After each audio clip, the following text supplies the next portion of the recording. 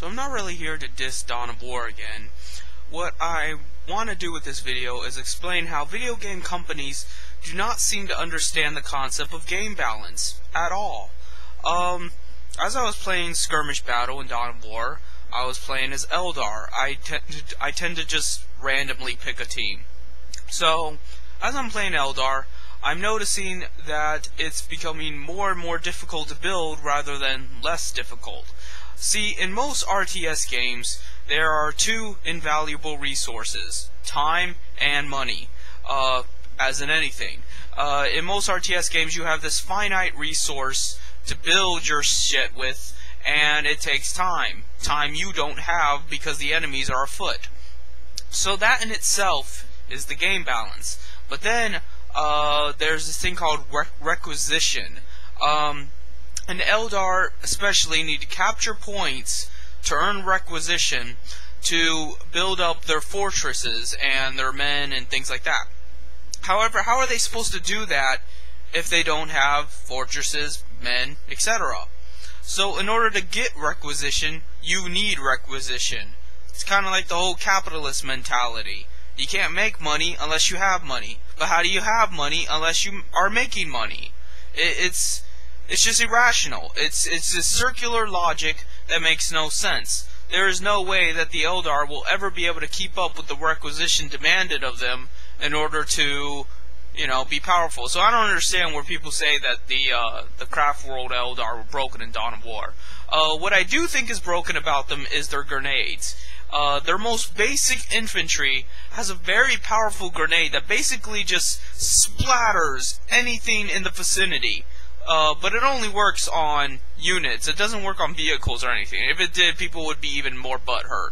But yes, essentially, if you have any humanoid soldiers on the screen, the Eldar are gonna blow you off the fucking map. And it's very easy to win assassination missions that way.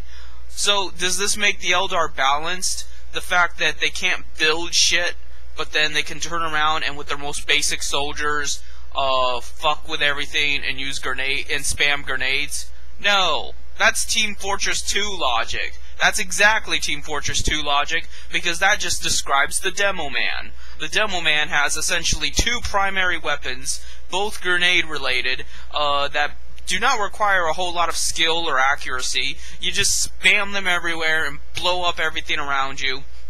And meanwhile, the Demo Man is slow. He doesn't have a lot of HP, not that anything really does in TF2. There's really not many other choices for him.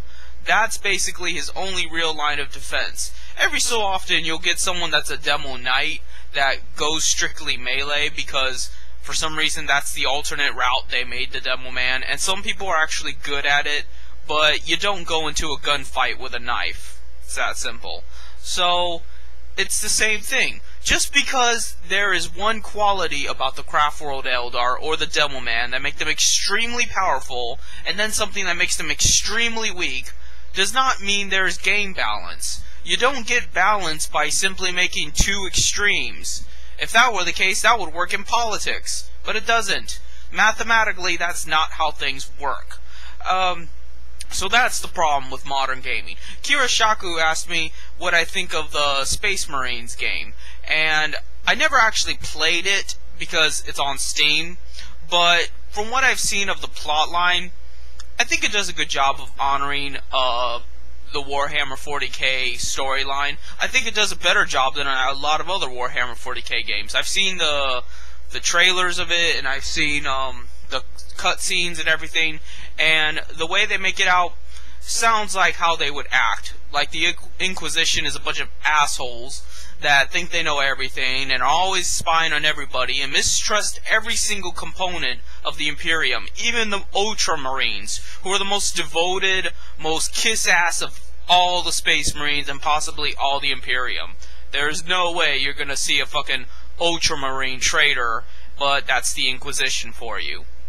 And I like that. I like the fact that the Inquisition actually questions the Ultramarines, because if you knew Warhammer 40k, you know Ultramarines get a lot of slack. They're a Mary Sue, one of the most popular chapters most likely because of Matt Ward. I don't think people like them. I think Games Workshop likes them. As far as my experience goes, most people like the Space Wolves, which are another Mary Sue, and they should be very condemned amongst the rest of the Imperium, because most of them are borderline mutants, so, you know, why the hell are they so beloved? But all I'm saying here is that essentially that's the cool thing about the Space Marines, that they're not quite touching upon. They're not supposed to represent the pinnacle of humanity and the pinnacle of human defense. They are all basically special ops, and they all border on heresy. Every single one of them. The Blood Angels are practically corn berserkers. The Space Wolves are all mutants that have druidic powers to transform into animals and shit. You know, you got a lot of them that say they're loyal, but have done some pretty nasty things. And you got some of them that just completely wipe their ass with the rules of the Space Marine Codex and just do whatever they want, like the Black Templars and things like that. And that's what makes them cool. The fact that they're willing to break the rules for the sake of humanity, even though they're barely human themselves. But that's not explored in the Warhammer 40k universe. They just make them out to be the main heroes, and everything else around them is just a subplot line.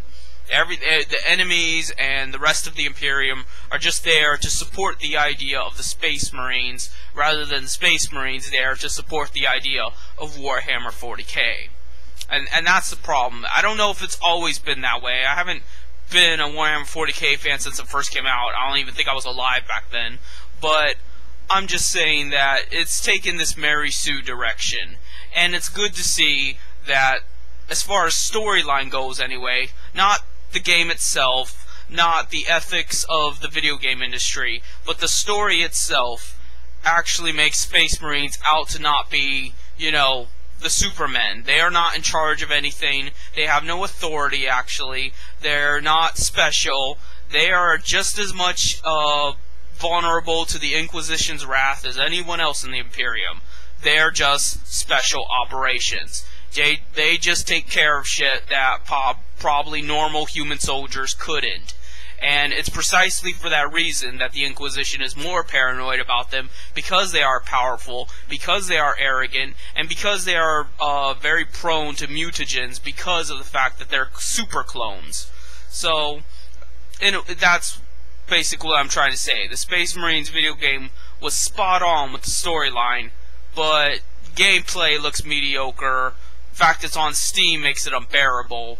So, but at least they got the story right, I guess. So that's all I have to say for now.